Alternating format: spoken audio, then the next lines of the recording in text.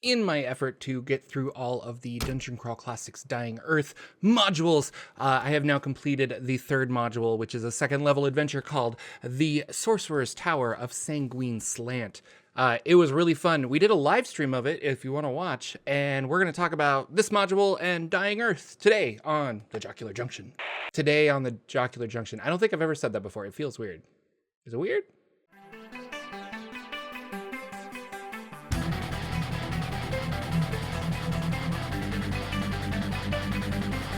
Hello everybody, Jordan here, the PH is silent. We're going to talk about this DCC Dying Earth module. If you are unfamiliar with Dungeon Crawl Classics, I'll put a link down below or in the top corner here where you can find a playlist about what is Dungeon Crawl Classics. It's a fun role-playing game, by the way, and they have excellent modules. And then what is the Dying Earth? Well, the Dying Earth is a series of books written by Mr. Jack Vance, who was just a cool author, and a lot of his books inspired original D&D. Dungeon Crawl Classics adapted the world of the Dying Earth to create a full campaign setting for Dungeon Crawl Classics, and I love it. I've been reading Jack Vance. I think the Dying Earth world is really weird and post-apocalyptic and just interesting, full of magics and wizards and all kinds of stuff. And so I have made it a personal goal to try and run through all of these. And this is the third adventure of the 11 that I have from the Dying Earth Kickstarter. And this is the first one that I've done on a live stream. So you can watch it as I talk about it. Let's dive in. Now, as with most of the module reviews, I like to dive into the PDF just because, like, you guys can see it a little easier. So we're over here with the Sorcerer's Tower of Sanguine Slant. I should move my monitor so I can see better. There we go. This is a level 2 adventure, which was really fun. And the entire premise of this is that there is a, let me see if I can find a picture of it. Yeah. So there is a tower here that appears like once every, I don't know, long time. So the tower teleports around the Dying Earth and it goes to the surface every 2112 years, which we discovered through playing this thanks to Mr. Bob Worldbuilder, that is a Rush album title. And so there's a lot of like little Rush album I don't know. The author clearly likes Rush, and he kind of like worked in these little Easter eggs. So the tower exterior here, it's this like kind of like blood red crystal that's on a slant, hence the title of the adventure. And it's got an open area. Now, the whole premise of this is that there was a magician a long time ago who was experimenting with a bunch of stuff, and he created a vat thing. Now, vat things are kind of like very humanoid looking homunculus kind of creatures that are specific to the Dying Earth. Obviously, homunculus and flesh golems and stuff, I think we're all inspired by that. But vat things are kind of, they're their own class in Dungeon Crawl Classics Dying Earth. And so this vat thing came out wrong. And this, like, a lot of times vat things have problems because they weren't created specifically, which is a tie-in to the Dying Earth books where there is a vat thing who's trying to fix her problems. And I'm pretty sure it's an analogy for mental health, and it's actually really cool. This particular vat thing could only survive by drinking blood, so kind of has like a vampire aspect to it. And one day drank the blood of a demon that the magician summoned, and that really changed this vat thing up to the point where he killed his master, his magician creator, I should say, and then from there tried to use this black iron stone. Yeah, so iron stones are they're part of Dungeons and Dragons, and they're part of old Dungeons and Dragons, but in current Dungeons and Dragons, it like modifies a stat, but also gives you like an extra ability. In Dying Earth, which created the Iron Stone, you sacrifice a memory or a part of you, and in turn, you gain extra magical power. And it's not super it's not laid out mathematically like that in the Dying Earth, but that's the general thing, is like it gives you magical power. The Black Iron Stone is cursed and will actually pull your soul into it, and then it's trapped there until somebody comes and touches it again and releases you, and their soul goes into it. So this really kind of creepy guy behind the person in this picture is the ghost that's like tied to the Iron Stone. And he got his wish. He got the Black Ironstone, but now he's trapped in this Ironstone, and the Ironstone is trapped in the Sanguine Tower, and the Sanguine Tower orbits the dying Earth and only comes back every, what did we say, 2,112 years. So it sucks for this guy. But lo and behold, this tower appeared, and you have to go walking into it. I mean, you have to go walking into it if you want an adventure. So the tower is set up into 4 different levels. The first level, you walk in, there's a fun, you have to do a sacrifice in order to kind of get the thing up and running. And there's a blood offering pool, and you put some blood in, it gets sucked up. Later, that blood can be used to create Vat Thing clones of your players, which is kind of fun. And you can use it twofold, as like they could be monsters, or they could be the thing that gets like replaced if one of your PCs die. I kind of like that aspect of it. And then there are these fun little elevators. This you probably see the like up down here. That there's like a circular elevator that kind of like gravity pulls you up and then puts you back down.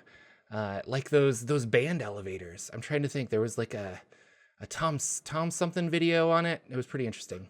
So after the blood lift, they call it, and takes you back up, there's an area of the library that has a, I think it's a Sandiston, a quasi Diehawk.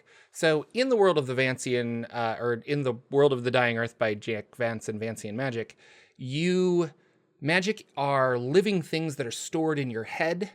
And when you cast a spell, that living thing is gone, and then the magical effect happens. And a lot of these spells are from creatures known as like Diehawks or Sandestins. And so a quasi-Diehawk is a magical spirit that got bound to this place by this magician. So we have a librarian who wants to be free, but can't be free until he fulfills the contract. And the contract is, I have to serve you so many books before I can leave. He's very close to that. So it's kind of interesting. He'll help the PCs, but he doesn't want to do things like he wants to get free. He wants to help the PCs so he can get free, but he can't, by his contract, give them information. And so when he's in a certain situation, he kind of just chooses to look the other way, and will help them, but is very short and irritated because he is an immortal being that will survive until eternity. And these like little bags of mostly water come walking in and, try to talk him up. So there's a whole like bit on how to do him. He has like a humanoid form. He looks like a librarian. There's a lot of fun puzzles where you can't talk in the library, and if you do talk, there is ramifications for that. So when I ran this, the players had to like figure out how to talk to each other using like pen and paper and things like that. You can try and steal some of the books, which is fun, and he'll come after you. And then there's a list of the books that you could get. And each of these books have clues to later on trying to get the Black Ironstone or get more information and stuff like that. The next area is a vivarium, which is just like seeded with all kinds of plants and stuff. And it's a harmful room. It's another puzzle. Like, why are we here? But it's a backtrack place because later on in another level, you'll find some areas that creatures that will help you if they can get some of the plant's nectar, and back and forth. My players unfortunately didn't even really explore. They went in here, but they didn't explore that avenue. But if they had explored it, there are some magical books that you can get for extra spells and what have you. And then the big one to me was Area 3, which is the Vat Chamber. And so this is where your players have to put together a puzzle. So in typical D&D or DCC fashion, it's a puzzle. They have to kind of figure out which connections the books that they have earlier can help with that. And also in that library, there are books that have blood from a rival magician that you can then like reincarnate and get some helpful boons from him as well. My players ended up doing this. It was really, really fun. We had a good time. And then there's, here, I'll show these pictures. So a lot of these Dying Earth ones, I think all of them so far have had these 2-page spreads in the middle. So this is part of the Vat area where one of the crazy like abominations has come out of the vat, and they're all kind of wonder what we should do with this. So you run through a bunch of other stuff. I don't need to spoil the whole adventure, but you get up to level 4, and there are a couple of extra areas, like there is his bed chamber, which has some like information and a bunch of vat things that you can like pseudo interact with. I kind of glossed over this because we had a lot. I was trying to make it a one shot, and the more I play this, or the more I reread this, I don't think it's necessarily a one if you want to cover everything. Area 4-3 is like a statue holding a grimoire, and you can use nectar from the plants on level 2 to like melt through that crystal, and then you get a really powerful spell book, which is really cool. But the bread and butter is Area 4-4. And this has 3 statues that are in a triangle, and then there's an eyelid kind of opening at the base. And when the players figure out the puzzle, which involves these like floating orbs that you kind of have to put together, the eye will open and they will get teleported to Area 4-5. And 4-5 is where the Black Ion Stone is, and it's also where the ghost of the Vat Thing, who is high on demon blood, is there waiting. He knows you guys are here the entire time. He wants you to get here so you can touch the Black Ion Stone, set him free, and he can go off and do what he wants to do. It's just really funny. When they finally showed up, I was just like, oh, finally, you guys need to please touch the stone. You know, he was very direct about it. And they were like, I don't think we should touch that stone. One of the witch had a Vat Thing friend that they created earlier that was like following them around, and he ended up touching the stone, and it was just, it was so funny.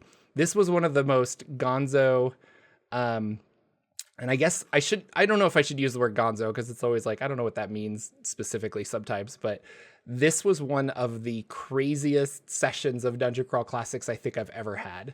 So if you decide to watch it, which I encourage you to do, I'll put links down below, and you can run all 4 videos, but that last video, there's a lot of crazy stuff was happening. I was like, what is even going on? The party split up. People were teleported back into this room.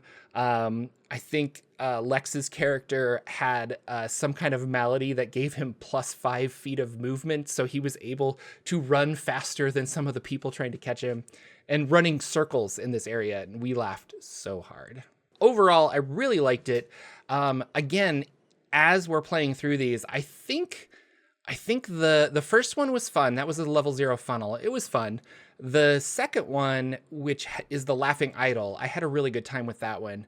This one, I think I had a really great time, but it was mostly my players that made it like the most hilarious thing. So far, I still think my favorite adventure is the Laughing Idol but I still think my favorite so far is the Laughing Idol of Larshan. And that's one that I really want to rerun with some other people. So maybe I will one day. It was really, really funny. So there we have it. The Sorcerer's Tower of Sanguine Slant. My first level 2 adventure of Dungeon Crawl Classics. I give it 2 thumbs up. You can buy it. There are links down below to get a PDF of this if you want. There are affiliate links, or you can go directly to Goodman Games and pick it up there. And if you do that, there's usually a code inside that will give you the PDF as well, if you want a hard copy. This next one, our next adventure on the Dungeon Crawl Classics Dying Earth, is Magnificent Manications on the Grand Exposition of Marvels. I love these titles so much. I think they're so silly. So I have not read this yet. I don't know anything about it, but it is my next adventure in the Dungeon Crawl Classics Dying Earth world. So stay tuned for more videos like this. If you are interested in modules of the DCC, I just did a review of module number 100 for Dungeon Crawl Classics, and you should definitely check that out because it is an experience. That is all I have for now. Thank you so much for watching. Please subscribe. If you're interested in supporting the channel, there is a Patreon, and you can go to patreon.com/Jordan with a PH in the middle. That's JORPHDAN. Also, I have a podcast called the Saturday Morning RPG Show, and we record live Saturday mornings, and then it goes up on Monday. So if you're interested in that, I'll put some links down below. You can catch it on YouTube, or you can listen to it wherever you get your podcasts. Awesome. Thank you so much, and I'll see you all in the next video.